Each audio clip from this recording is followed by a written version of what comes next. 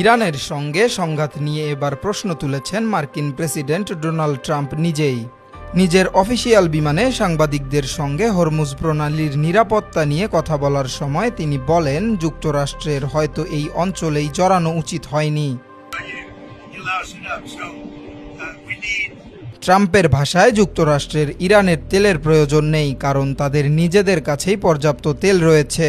তিনি বলেন, আমার মনে হয় আমাদের ওখানে যাওয়াটাই উচিত হয়নি, আমাদের তো ওই তেলের দরকার নেই।